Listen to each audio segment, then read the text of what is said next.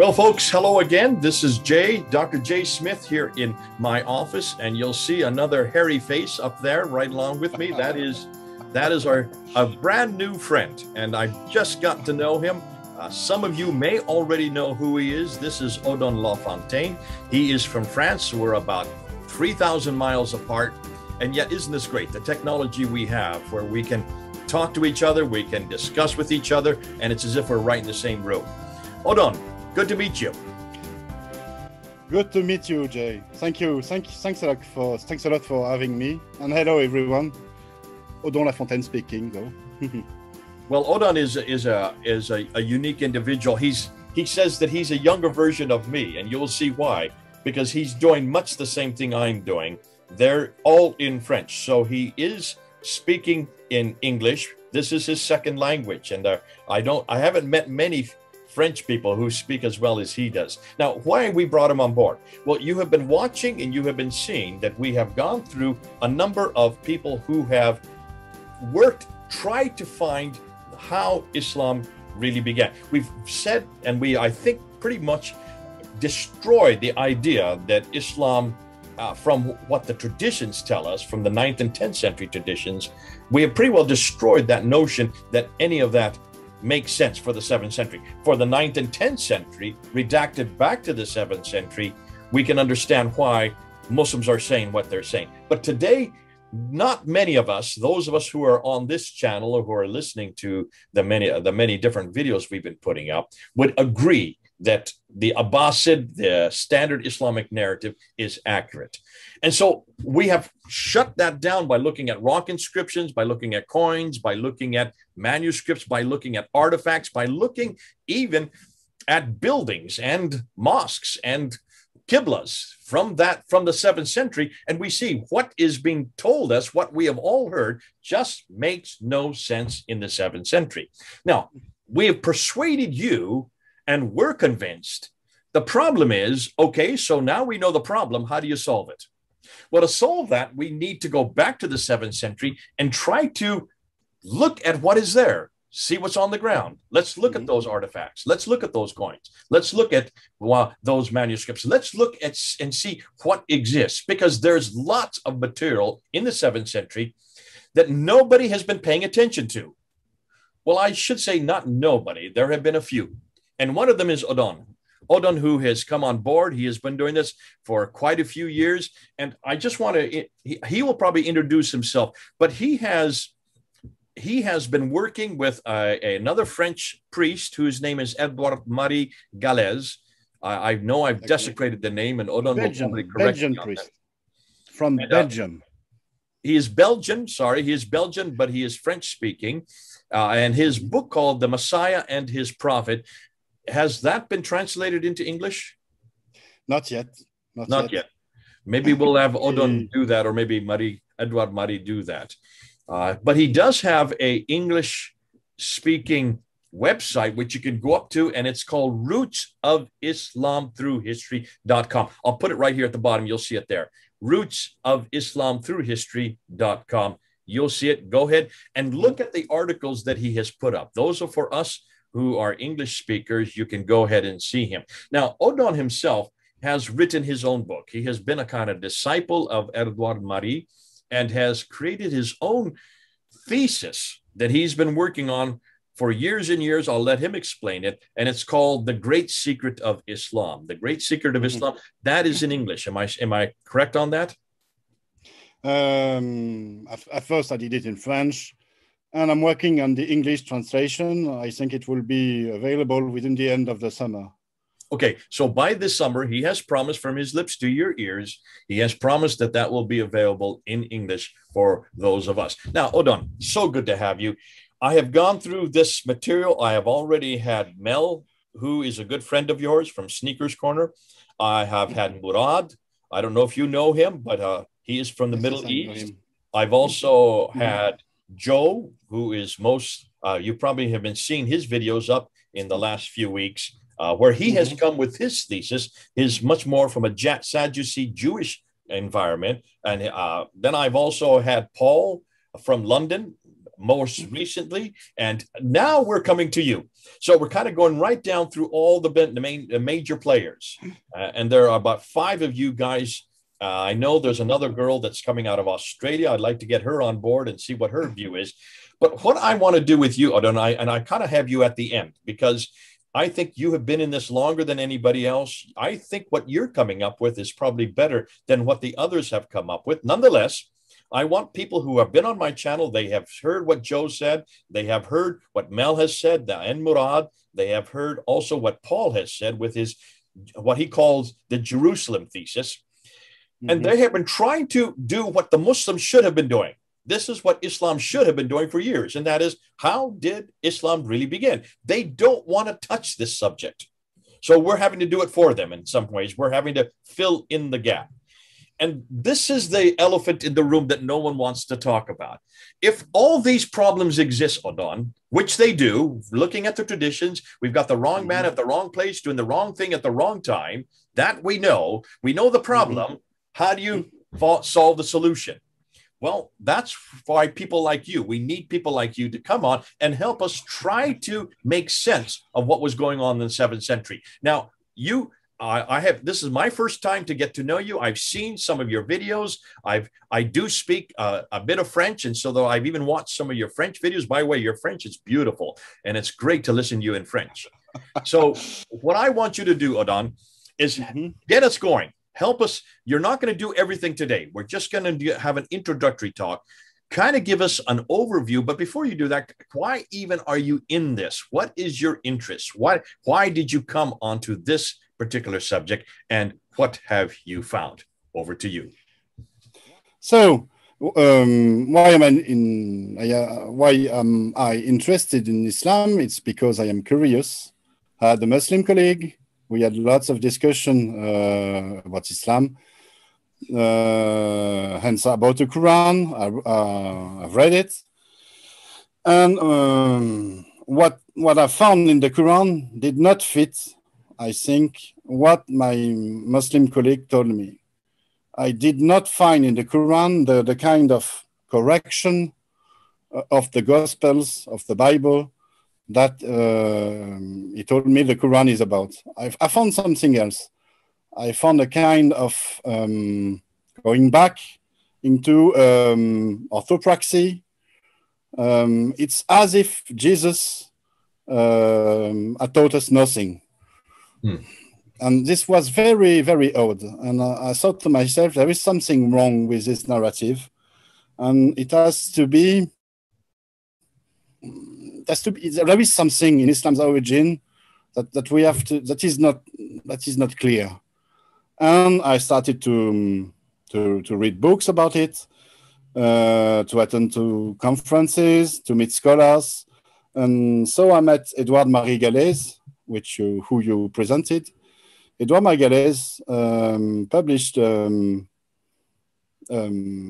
very big thesis in 2005 in France, The Messiah and His Prophet, a very huge thesis.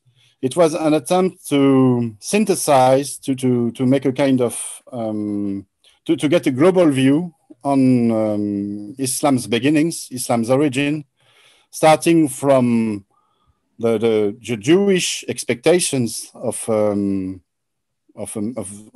political Messiah, spanning through centuries up to the 7th century and thereafter. It was a huge thesis. It had some major discoveries in it, but it was so huge that those discoveries were kind of hidden by the rest. And one of them is a sort of new Quranic study, which he made with the help of major Arabic scholars, such as Antoine Moussali, and there was also a tradition among Arabic-speaking Eastern Christians, a tradition of Quranic studies before Antoine Moussali. And he was one of the first to study the Quran as a source, as an historical source. And when you do so, you found lots of stuff in this text, lots of new stuff, things that haven't been studied yet. For example, that the believers that are described in the Quranic text are being taught by a small Jewish group. Edouard Gallez identified them as being the Qur'anic Nazarenes. And this is this small group that taught them to try to conquer Jerusalem, rebuild the temple there, have Jesus come back, and trigger the apocalypse. And this is the main theme of the Quran. And Jay, I think you will you will get my point. You might remember Patricia Crone and Michael Cook's first publication, their thesis, Hagarism, which was published at the end of the 70s, 79, something like this. And in Hagarism, it was also a groundbreaking publication. They look into non-Muslim testimonies, non-Muslim sources, and they formed an hypothesis with those non-Muslim theses, and they were asking whether Islam came from a small Jewish group leading Arabs into conquering Jerusalem. But at the time, as Patricia Crone told it thereafter, they did not have enough material to really found this hypothesis. Hagarism came out in 1977, and when she came out with her Hegelian thesis, it was mocked by many people. It's still mocked today. But the material when I read Hagarism, I had to read it back in the 1990s and under Gerald Hotting. And I remember much of her book has, in fact, almost, if you read Hagarism, half of each page is footnotes. Exactly. Sometimes there's only 2 or 3 lines, and then the rest is footnotes. And it's the footnotes that make that book so powerful, because she has so much material. But she was ahead of her time. She didn't know what you now know, what we know, because that was back in 1977, long time ago. That was reason. And her other book that came out after that, Meccan Trade and the Rise of Islam, 1987. So 10 years later, when she wrote Meccan Trade, she was much more, she knew an awful lot more. And that book probably is a standalone book as well. Yes, it is a standalone book. It has, it's different from Hagarism. What I try to say there is that at the time of Hagarism, Patricia Crone and Michael Cook, they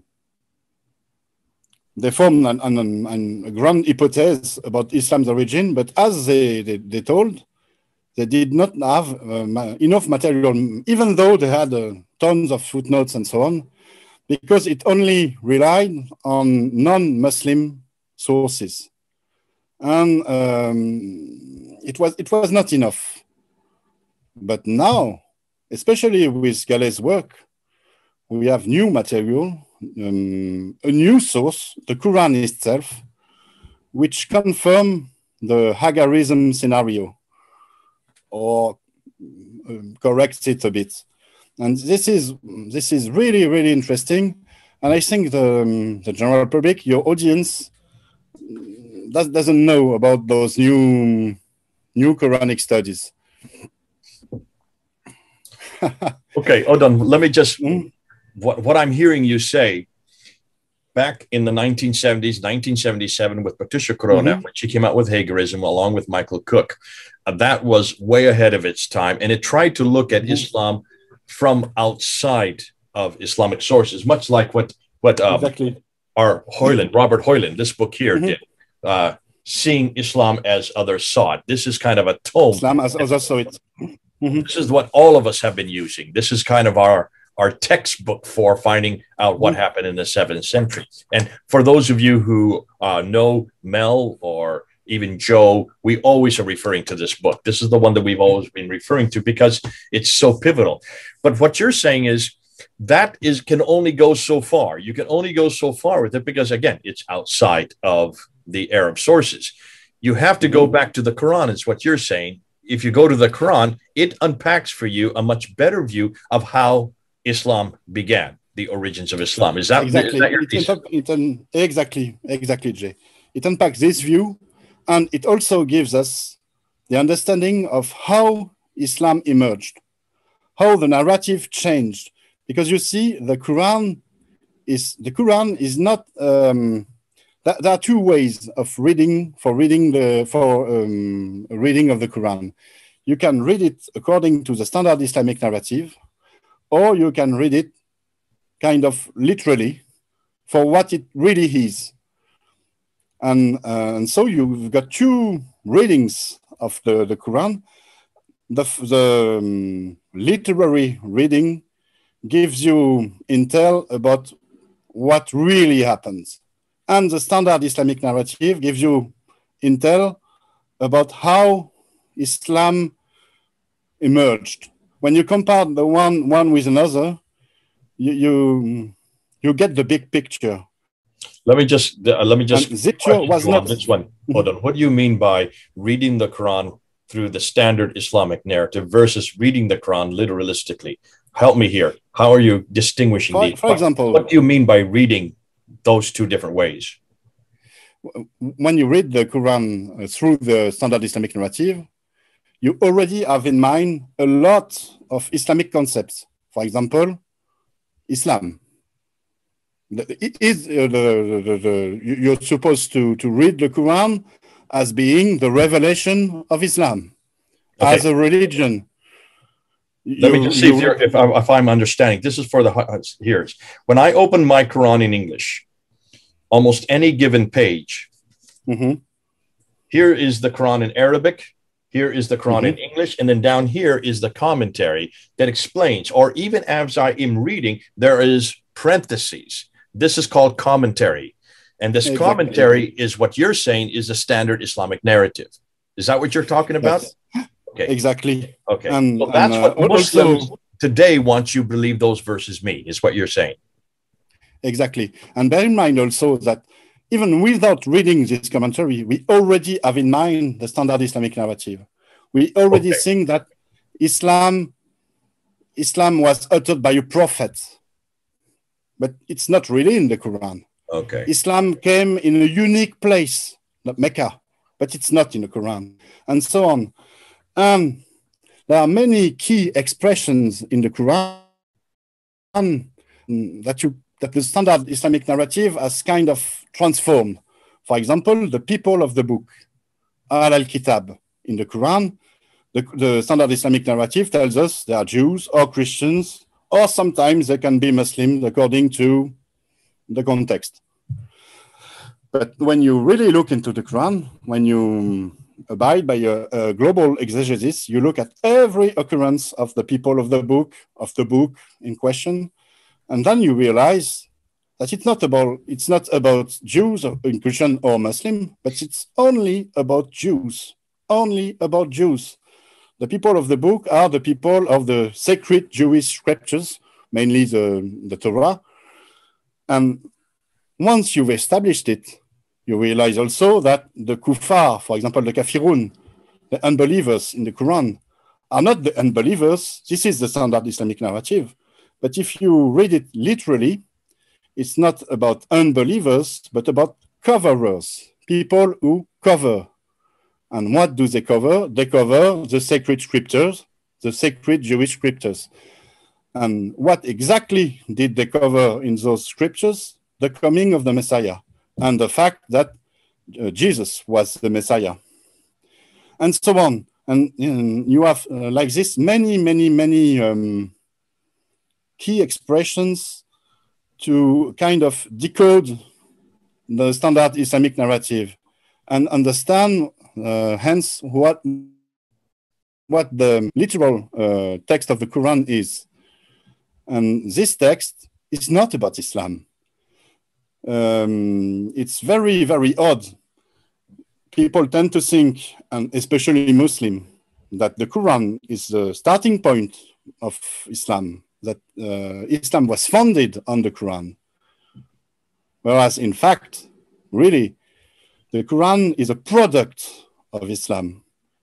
Islam came first, and then came the Quran as the divine revelation. So Islam is kind of, it's much more than the Quran. And the Quran is kind of an instrument formed by Islam to justify itself as being a divine revelation. And the fatal flaw of the Quran is that it has not been made with Islamic text, but with pre-Islamic text, with proto-Islamic text, text from before Islam, text which then had another meaning than the meaning of the standard Islamic narrative. And this is a kind of really a fatal flaw. And when you really look into the Quran, you see it for what it is, a pre-Islamic text, pre-Islamic preachings about something else than Islam. Are you familiar with these two books? You have them right there. The other one I have, it's here in the library. Yes, I'm familiar with it. Okay, so you know Luling and you know Luxembourg. So you would agree with Luxembourg. I've met him. We exchanged emails.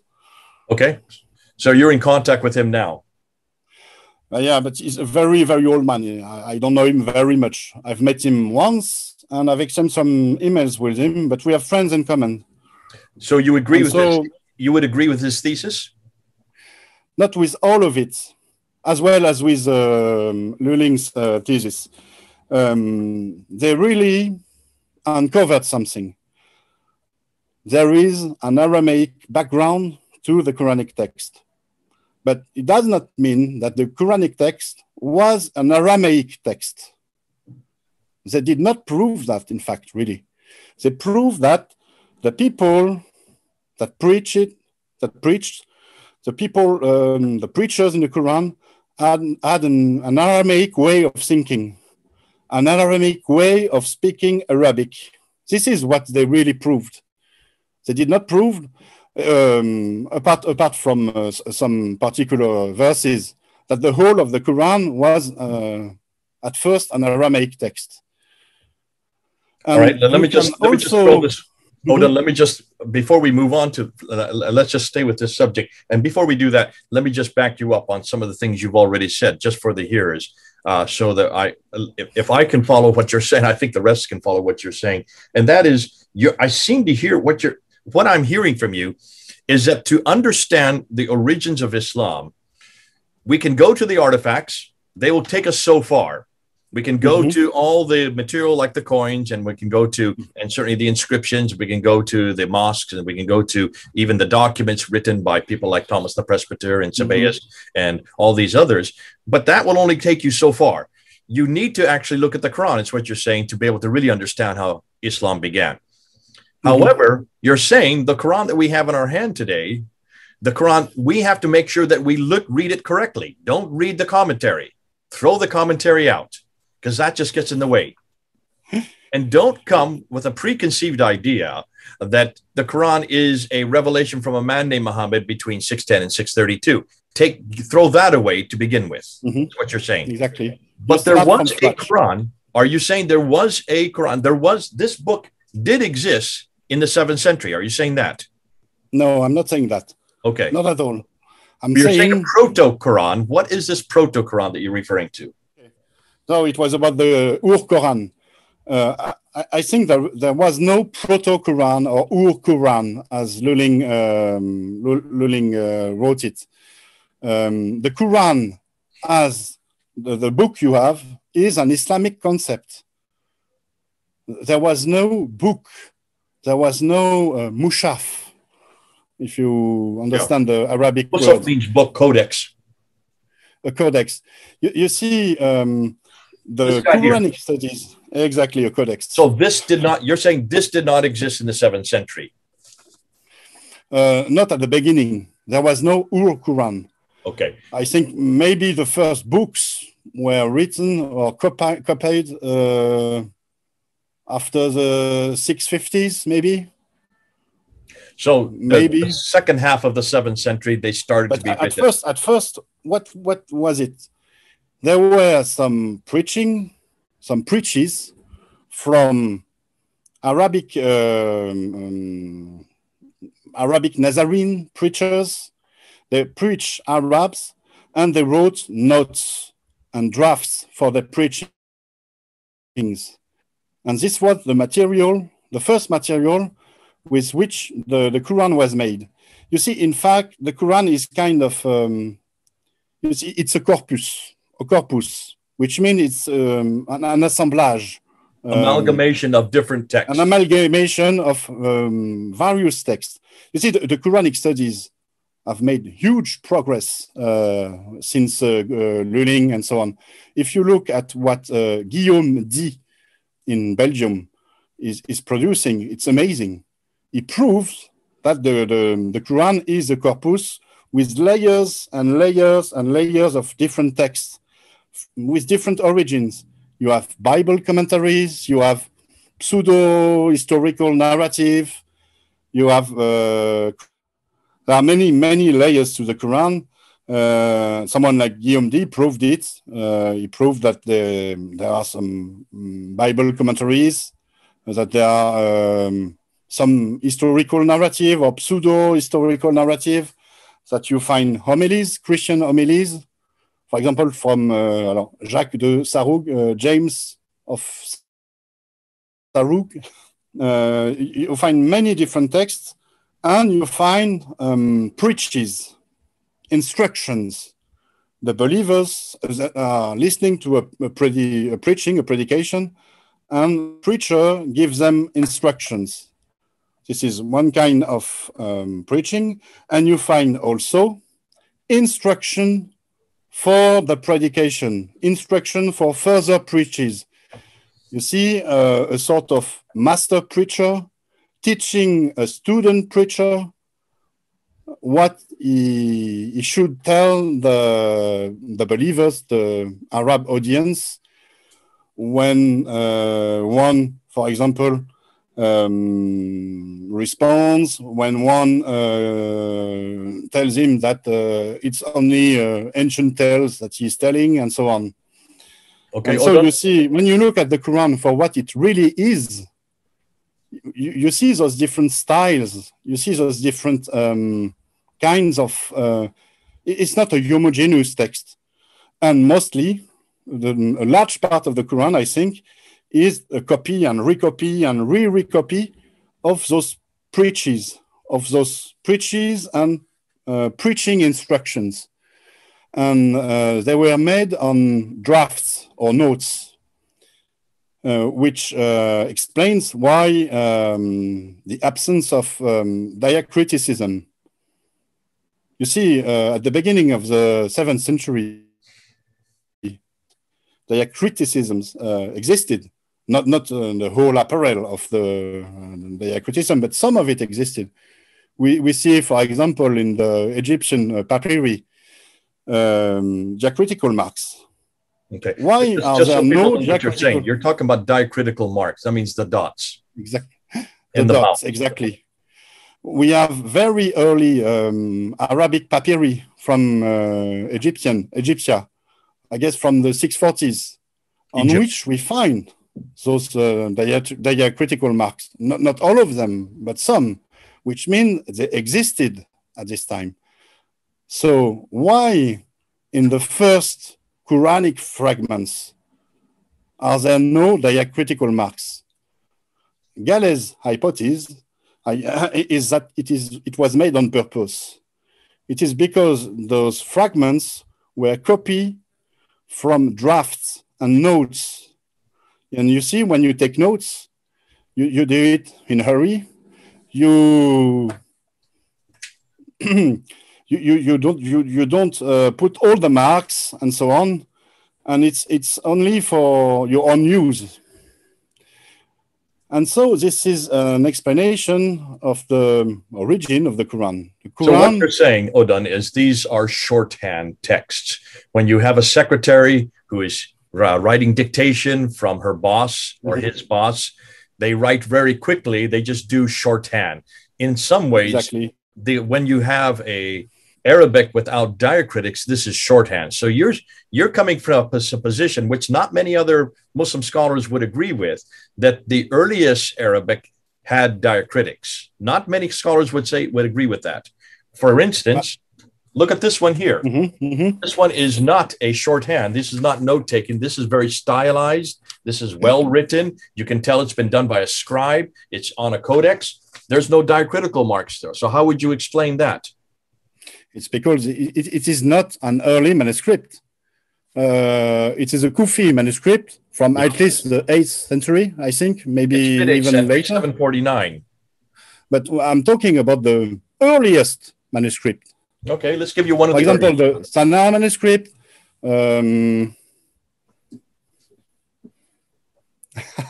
You've got them all. Well, here's the Ma'il. The Ma'il, that's one of the earliest ones. That's the slanted script. That is even earlier than the Topkapi. You can see it has no diacritical marks, but this is not note-taken. This is very stylized. This is well-written. This is a codex that is meant to be read. This is already the work of scribes. So why do those learned scribes omitted the diacritical mark? You know François Desroches, I guess. He studied a very ancient manuscript, the Parisino Petropolitanus. This is the Parisino Petropolitanus right here. Exactly. So this is one of his conclusions.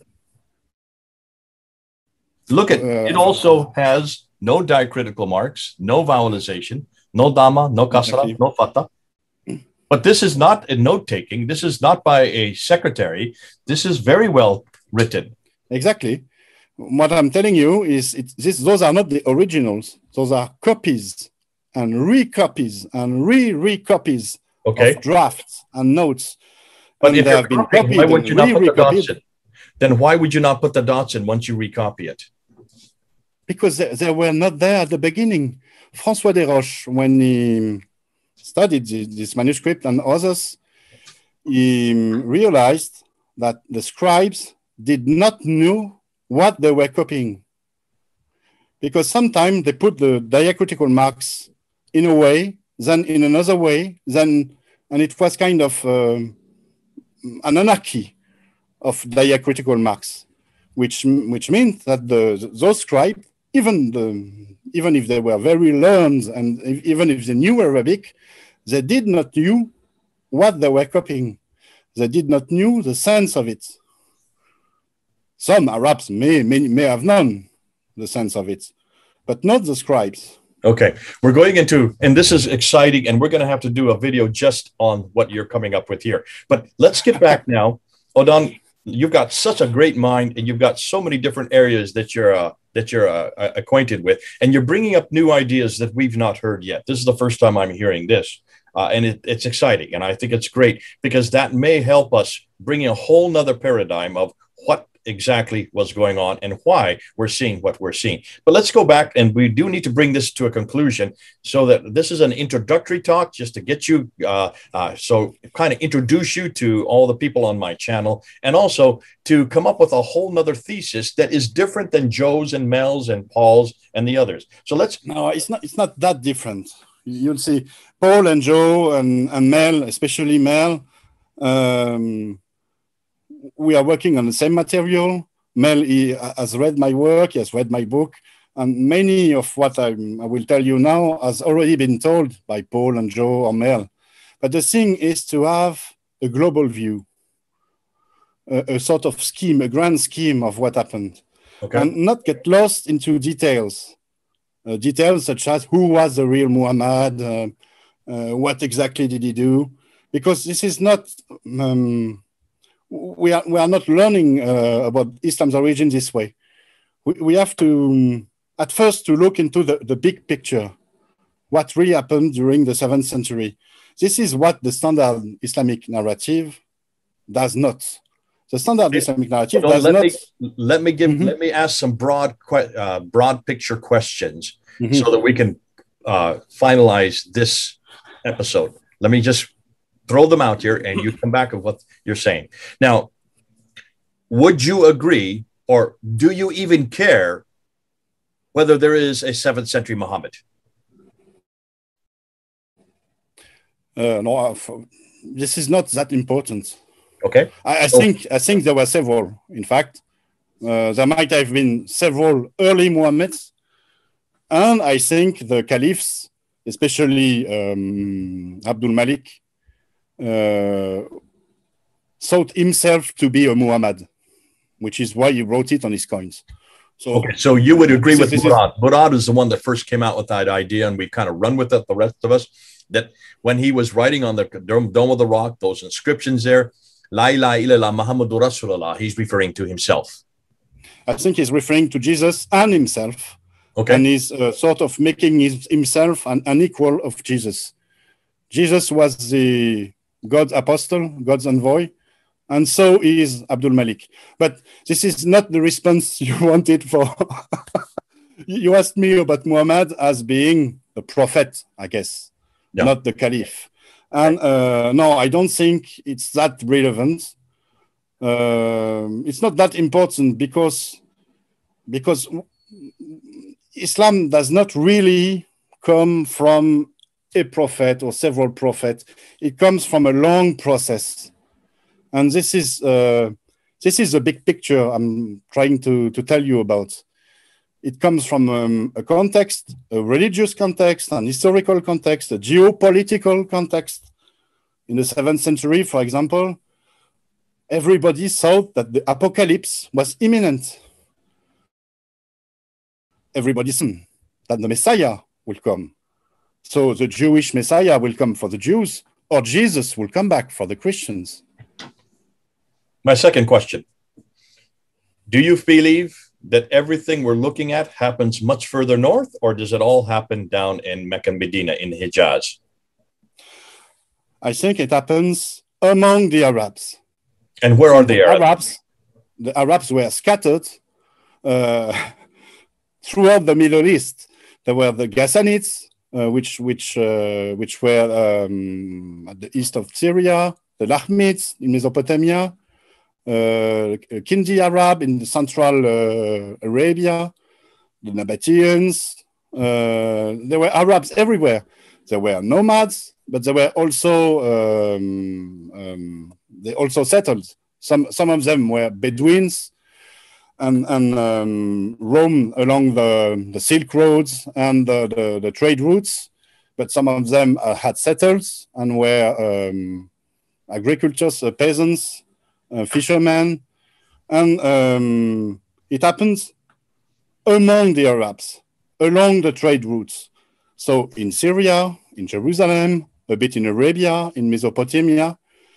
But we were talking about, you see the standard Islamic narrative, and also some early sources tells us that Muhammad was a merchant, which means he kept on going along those routes. He was not stuck in Mecca, for example, or in Medina. The early sources tells us about wars and fights that were fought in near Gaza, for example. They tells us about things happening in Mesopotamia or near Edessa. You see, we are stuck with a standard Islamic concept of the uniqueness of the place of origin. I don't think there was one place of origin. I don't think it happened north or it happened south. It happened everywhere because the preachings, you see, when a merchant, a nomad, travels the trade route, he takes his goods with him in order to make his trade, but he also takes his ideas. And we see a lot of turmoil in terms of idea in the Middle East.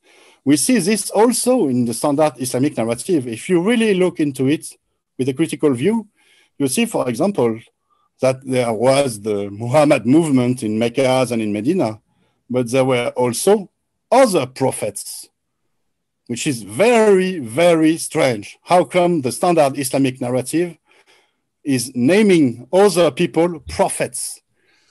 This is the theme of the false prophets. Of course, there are false prophets according to the Islamic narrative. Odon, I'm going to rephrase that because you're not answering my question yet.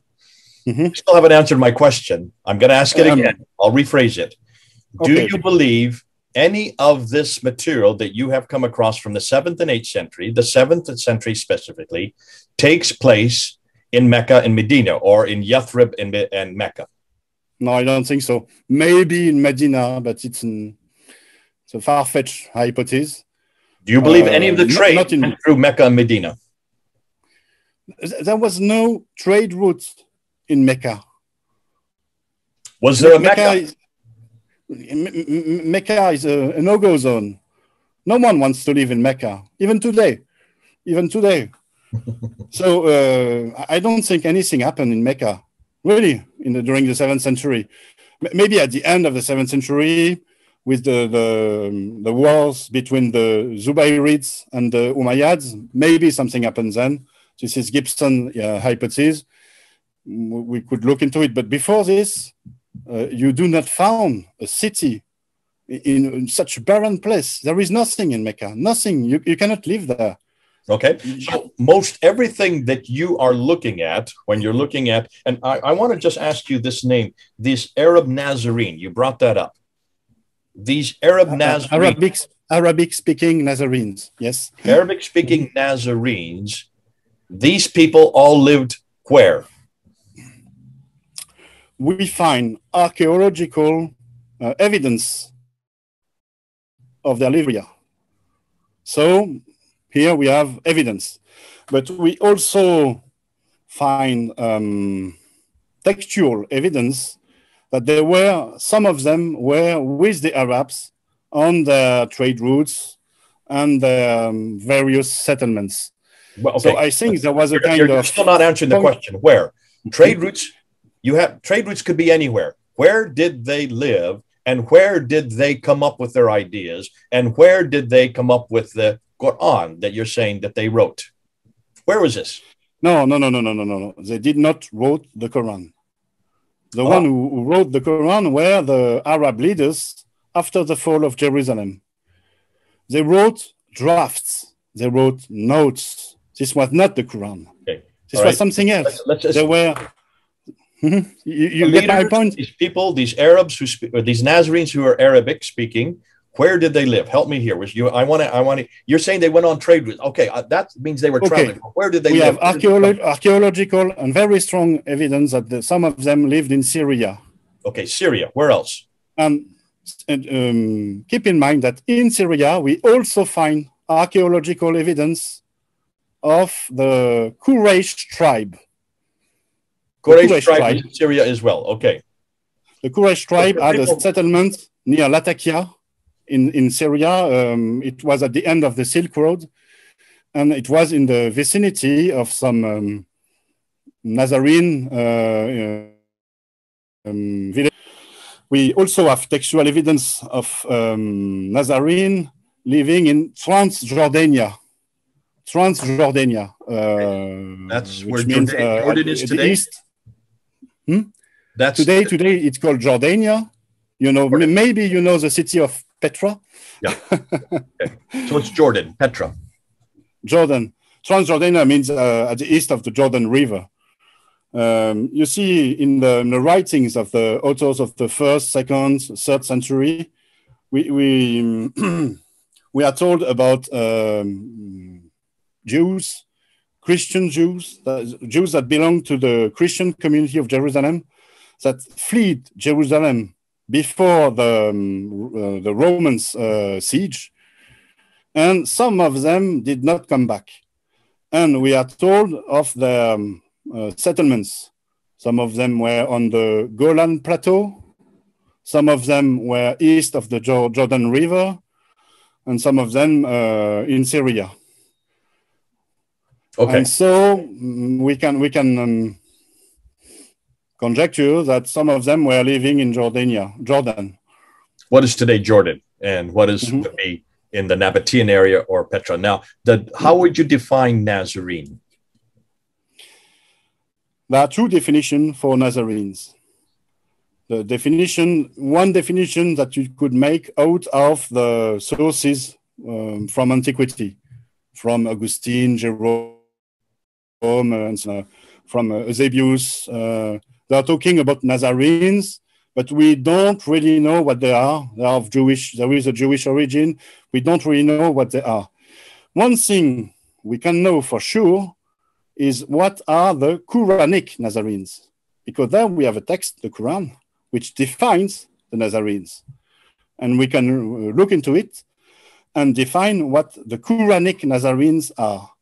And those Quranic Nazarenes, so I'm not speaking about the Nazarene from the 3rd century or the 4th century. I'm talking here about the Quranic Nazarenes. Those Quranic Nazarenes are Jewish, but they believe that Jesus is the Messiah for Israel. They also don't believe that Jesus is the Son of God. Hence, they oppose both the rabbinical Jews and the Christians. And they form a kind of moderate, middle community between the rabbinical Jews who refuse Jesus and the Christian who put too much into Jesus. Okay. And this comes from the Quran. From the Quran only, we can have the definition of the Quranic Nazarenes. Well, listen, you've given us an awful lot to chew on. This is a good introduction. Odon, I wanted to bring you on just to give an overview of what your thesis is. What would you name your thesis? How would you say? Would you call it Islam originated from a Nazarene source, Arab Nazarene source? I think the Nazarene conquered, and they had a very strong influence at the origins of Islam. But the big picture is Islam is a millenarism that failed. The proto-Muslim... what's the word you use there? Islam is a what ism? Millenarism? A millenarism, a messianic movement that waited for the Messiah to come back, but it failed. They wanted Jesus to come back during the 630s when they took Jerusalem and they rebuilt the temple there, but Jesus did not come back. And so the millenarism expectations failed.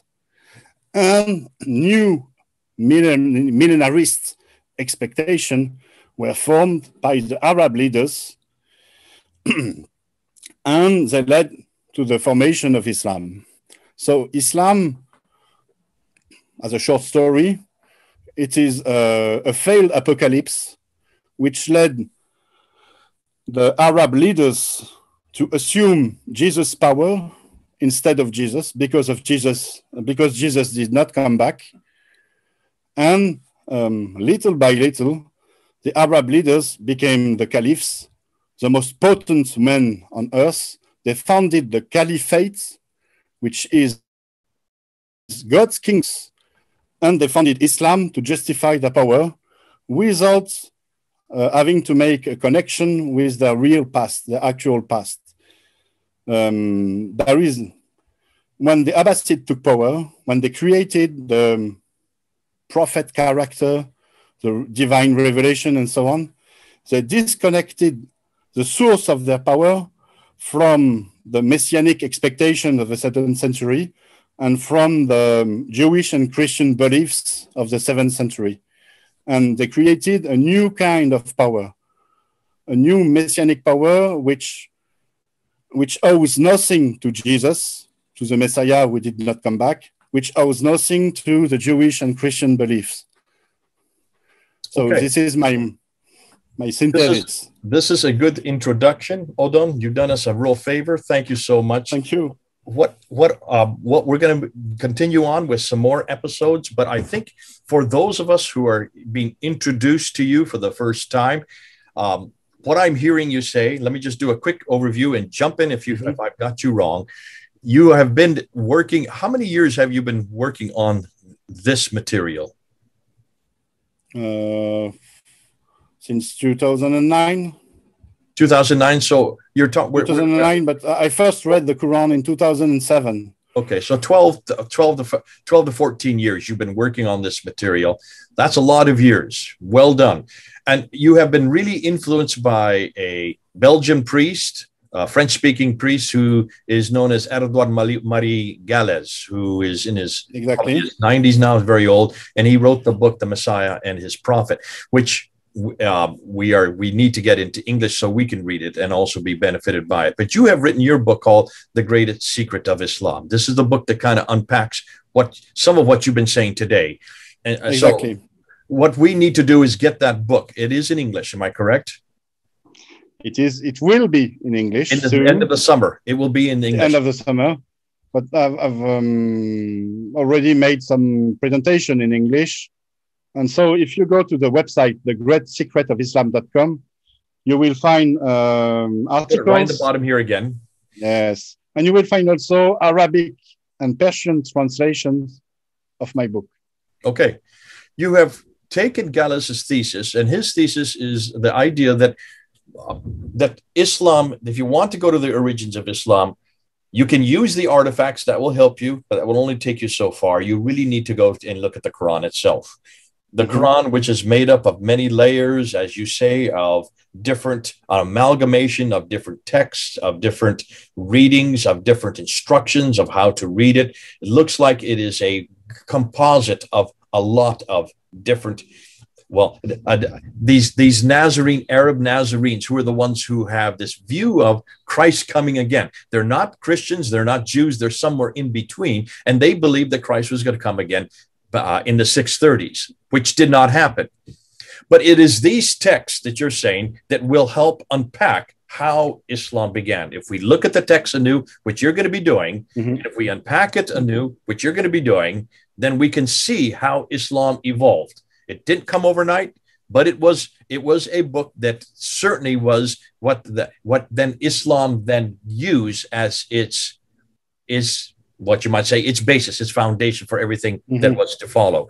And you're going to show us, you're going to say that you're not really interested in finding Muhammad per se, because there were many Muhammads. You're not interested in trying to even find what he did to create the Muhammad we have today. Your interest is what and how did Islam begin? What is Islam? How did it begin? Where did it begin? What were its influences?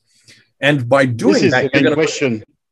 Once you know how Islam began, the Muhammad question is solved. It's solved. You're right, because you believe that he is a later creation, anyways. I assume you mean that he was used by the Abbasids or even by the Umayyads to begin with, but then enlarged by the Abbasids to have that prophetic mantle. They needed a prophet like the Jews and the Christians. They needed a mantle that they could say was their prophet who received this book, and therefore that's why he had to be created. And probably came about sometimes in the 730s, 740s, in the 8th century that started to begin. The Abbasids just perfected it as they then created their narrative. Well, this is going to be fun. And we're going to hear much more about these Nazarene people. We're going to hear an awful lot more about how you interpret the Quran. I thought it was fascinating how you even believe that there were diacritical marks, but that much of the Quran we have today are nothing more than a shorthand, quick way of writing it down. The diacritical marks, which then were introduced in the 8th century, created this problem, the whole problem with the Qira'ats. And you've been following that discussion. That then became a huge difficulty because they should have done this from the very beginning, but they didn't. Shame on them. Listen, Odon, we're going to have you back again. And what is going to be the next thing we're going to talk about? Just so get people's appetite up. What are you going to talk about next? I think we need to talk about the Qur'anic Nazarenes. Okay, let's take that as the next one. We will take a deep dive into the Quran. You're using Yasser Qadhi's material now. Exactly. And see who they are. And from this point, we will see what they taught the believers, what was their project. This is all in the Quran. These millenarians, these people who were looking for the coming of Jesus in their lifetime, they are the ones that we need to look at next. So you're going to introduce who these Arab-speaking Nazarenes are. What was their ethos? Arab-speaking Nazarenes, yes. Who they were. Who they were, and what was their agenda, and how can we, by looking at them, understand how Islam began. Terrific. God bless you. This has been great having you, Odon. I've been waiting to meet you. It's so nice to finally come face to face. You might screen to screen. Listen, for those of you who don't know Odon, you're going to be seeing a lot more of him. He's going to bring his ideas. What we need you people to do now is to listen to what he's saying and comment.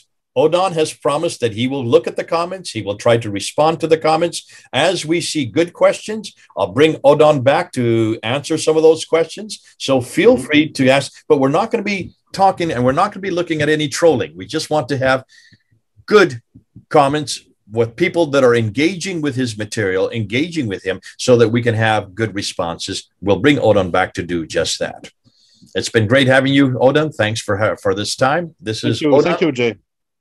And Jay, 3,000 miles apart. Over and out.